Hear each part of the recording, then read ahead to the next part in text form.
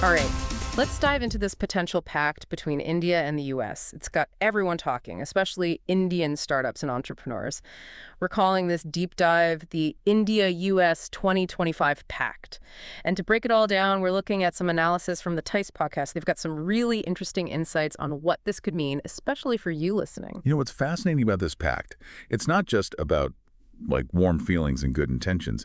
It's the scale of economic change they're aiming for. This isn't just incremental, it's a total transformation. Yeah, they're not messing around. They're calling it Mission 500. The goal is to double trade between the countries to, get this, $500 billion by 2030. Now, that's a lot of new business, but how are they going to make it happen? What's the plan? Well, a big part of it is tackling those pesky tariffs, the ones that make trade so expensive. And even more impactful, there's talk of a bilateral trade agreement, a BTA. Basically, it would simplify the whole process. Imagine Indian businesses, especially those in, say, textiles, agriculture, or industrial goods. Suddenly, they've got a much easier path to selling in the U.S. market. That's huge GE. Okay, so traditional industries are covered. But what about the tech world? TICE also mentioned this U.S.-India Trust Initiative. It stands for Transforming the Relationship Utilizing Strategic Technology. Sounds pretty futuristic: AI, semiconductors, biotechnology, even space tech. It is futuristic.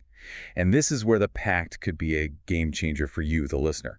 Let's say you're an Indian AI startup. This trust initiative could open doors to U.S. research grants, partnerships with those Silicon Valley giants, even access to valuable data. Your growth potential just explodes. Hold on. There's also this Indo-U.S. Innovation Initiative, which sounds similar to Indo-U.S. No, isn't that all about connecting research with, actually getting products to market? You got it. India-U.S. innovation is all about that collaboration between industry and academia. It's like building a bridge between cutting-edge research and entrepreneurs who can turn those ideas into businesses. This could lead to some rapid advancements in tech, especially for Indian businesses working with U.S. counterparts. Okay, trade is booming, tech is taking off. What about defense? TICE specifically mentioned co-production of Javelin, anti-tank guided missiles, and Stryker infantry combat vehicles.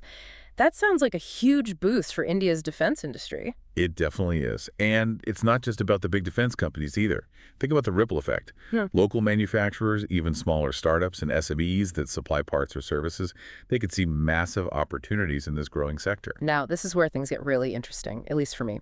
They're talking about forming the Autonomous Systems Industry Alliance, Asia. It's all about autonomous maritime technologies and AI-driven counter-drone systems. Are we talking robot warships? Not quite robot warships. Yeah. But Asia shows a serious commitment to collaborating on really cutting-edge stuff. Imagine Indian and U.S. firms combining their AI, robotics, and sensor tech. Not just for defense, but for civilian uses too. The possibilities are mind-blowing. All this tech is exciting, but let's talk energy. The pact highlights an energy security partnership. They want to boost crude oil and liquefied natural gas trade between India and the U.S. Isn't this great news for Indian energy firms, especially those focused on renewables? Stability in energy is so important, and this partnership could be key. Think about a smoother flow of resources, maybe even lower prices for consumers. But what's really interesting is the agreement to work together on those U.S.-designed nuclear reactors in India. Nuclear energy, that's a surprise. I'm guessing this opens up some entrepreneurial opportunities, especially in clean energy and advanced manufacturing. Exactly. It's not just about keeping the lights on, it's about building a sustainable future. And on that note, the pact's really focused on those resilient supply chains, especially for semiconductors, pharmaceuticals, and critical minerals. This resilience thing makes me think of the whole China plus one strategy. Companies want to diversify, right? Could this pact make India the alternative for manufacturing? That's a sharp observation. Building strong and reliable supply chains could bring a wave of investment to India. It would make them a major player in global manufacturing. TICE mentions something about more U.S. imports of those Indian-made active pharmaceutical ingredients, APIs. India is already big in pharmaceuticals, but what does this mean for, say, a new bio-entrepreneur? Are there opportunities for smaller players? There definitely could be. The bigger companies might get the most direct benefit from those API exports. But this could also open doors for smaller startups, those specializing in specific ingredients or new production methods. The key here is diversification. India becoming a global pharma hub creates opportunities everywhere. It's not all about India exporting more, either. TICE pointed out that Indian companies are already investing $7.35 billion in the U.S., especially in aluminum, steel, battery manufacturing, and of course, pharmaceuticals. Shows you they really want to be present in the American market. For sure. And we can't forget about U.S. companies investing in India, especially in manufacturing and tech. That foreign capital, the partnerships, the collaborations, it's huge for Indian entrepreneurs. This is starting to sound like a perfect storm for Indian startups, support coming from everywhere. And then there's the partnership between the U.S. National Science Foundation and India's Anusandhan National Research Foundation. What does this mean for entrepreneurs in those really cutting-edge, deep tech sectors? What kind of support are we talking about? Think of it as a launch pad for serious innovation. Indian entrepreneurs in AI, connected vehicles, quantum computing, even intelligent transportation, they could get access to funding, tech support, and mentorship from both sides. It can be huge, especially for startups pushing the boundaries of what's possible. And it's not just about the money and support either. The Pact actually puts a lot of emphasis on space tech, which is pretty inspiring. We're talking about NASA and ISR continuing to work together, even a planned Indian astronaut mission to the International Space Station. Now that's something that would really capture people's imaginations. I can already picture a whole wave of new space tech startups popping up in India. Totally. And speaking of ambition, this pact doesn't just focus on the tech stuff and trade. It recognizes that human connections matter too. They're really committed to boosting those academic collaborations between India and the U.S. So let's break that down. What does that mean for students? TICE mentioned the possibility of dual degree programs, even U.S. institutions setting up campuses in India. That would be a game changer, right? Especially for students who can't afford to move abroad. Imagine getting a world-class education without having to uproot your whole life. It could attract amazing faculty and researchers to India, creating this vibrant culture of innovation and excellence. That's awesome for students, but what about professionals? Especially entrepreneurs who want to expand their businesses. The Pact talks about streamlining legal mobility. So will it be easier for Indian professionals to work in the U.S.? That's the idea. They want to make it easier for people to move between the two countries, share their knowledge, and build businesses together. Imagine a world where talent can move freely and collaborate across borders. That's the kind of environment that leads to real innovation. But wouldn't that also mean more competition for Indian talent? If it's easier to leave, won't we see a brain drain? That's a fair point, but the Pact is also about making India itself a more attractive place to work. If the ecosystem here is thriving, with lots of opportunities for growth, people are more likely to stay and contribute. It's about finding that balance. So it's not just about opening doors outward, but also about making India a magnet for talent. Exactly. Yeah. And let's not forget about the impact on things like tourism and business travel. While they're cracking down on illegal immigration, they also want to make it easier for legitimate travelers to experience both countries. We've covered a ton of ground here. This India-U.S. 2025 Pact seems to touch on everything from trade and tech to defense and education. It's almost overwhelming. It is ambitious. But it's helpful to remember that this is basically a roadmap, a framework for how they want to work together. The hard part is actually doing it, you know? Businesses, policymakers, everyone needs to work together to make this vision a reality. So instead of getting bogged down in the details, we should focus on the bigger picture, the overall direction. This is about creating a more interconnected, collaborative, and prosperous future for both countries. You got it. And for you listening, the key takeaway is this. The India-U.S. 2025 Pact is an incredible opportunity for growth. Whether you're an entrepreneur, a student, or just someone interested in the future, this pact could impact your life in big ways. That's a great point. So let's get specific. What does this mean for different sectors in India? TICE does a good job of breaking down the potential impact in a way that's both exciting and, makes you think. Definitely. Let's start with something many of our listeners care about, the tech sector. This pact's focus on AI, semiconductors, and biotechnology could be a game changer for Indian tech startups. We talked about AI earlier. India already has a strong tech scene, but could this pact help Indian AI startups become global leaders? I'm especially curious about how it could make it easier for them to get funding. Funding is crucial for any startup, and this pact could open up a lot of doors for Indian AI companies. We're talking about U.S. venture capital, angel investors, maybe even government grants, specifically for AI. Besides money, what else could the pact offer? Think about data. AI needs data. And this pact could help Indian AI startups access valuable data sets that they wouldn't be able to get otherwise. We're talking about partnerships with those U.S. tech giants, research institutions, even government agencies with tons of data. That's huge. What about the semiconductor industry? There's been so much talk about chip shortages and supply chain problems. Could this pact help India become a major player in making semiconductors? That's definitely the goal. The pact focuses on both manufacturing and R&D. Imagine Indian startups working with U.S. companies to design and produce those cutting-edge chips. This would make India less reliant on other countries and a key part of the global semiconductor world. Now, biotechnology is another area where India has a lot of potential. What specific opportunities do you see for Indian biotech startups with this pact? The possibilities are huge. This focus on sharing knowledge and working together could be massive for Indian biotech startups. Imagine having access to those advanced research facilities, clinical trials, even venture capital from the U.S. It could speed up the development of new drugs, therapies, and medical technologies that could address global health challenges. So it's not just about India, it's about the whole world. Exactly. This pact could make India a global leader in healthcare innovation. And we can't forget about manufacturing in general.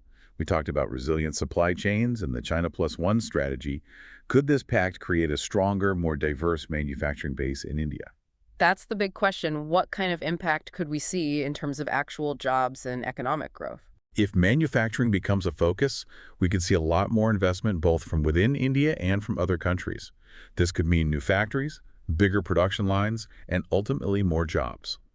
We're talking about India becoming a manufacturing powerhouse, producing goods for everyone. TICE also highlighted the pharmaceutical industry and how this pact could make India the world's pharmacy. We talked about more U.S. imports of APIs, but what about creating new medicines?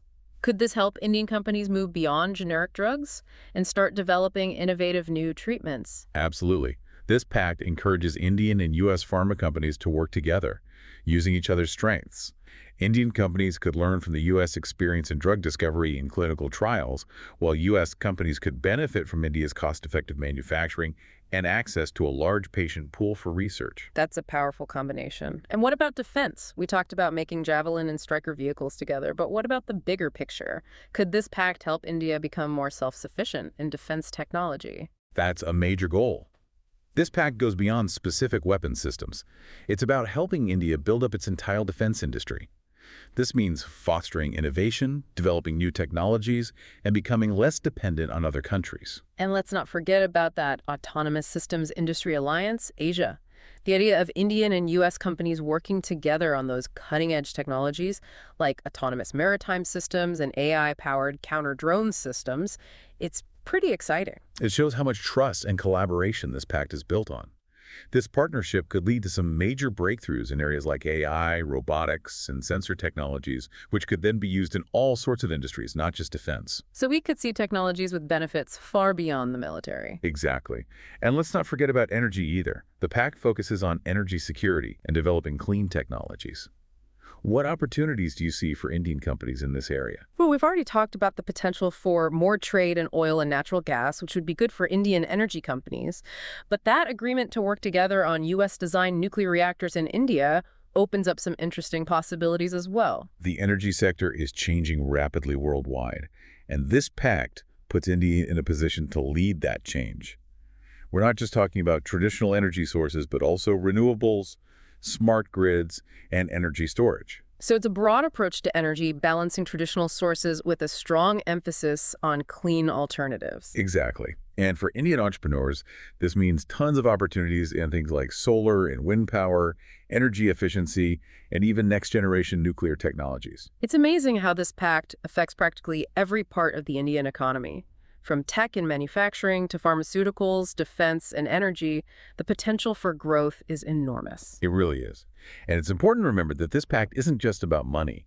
It's about strengthening the relationship between India and the U.S., which could have impacts on global security, innovation, and even climate change. So the economic benefits are important, but we should also think about the bigger geopolitical and social implications. Absolutely.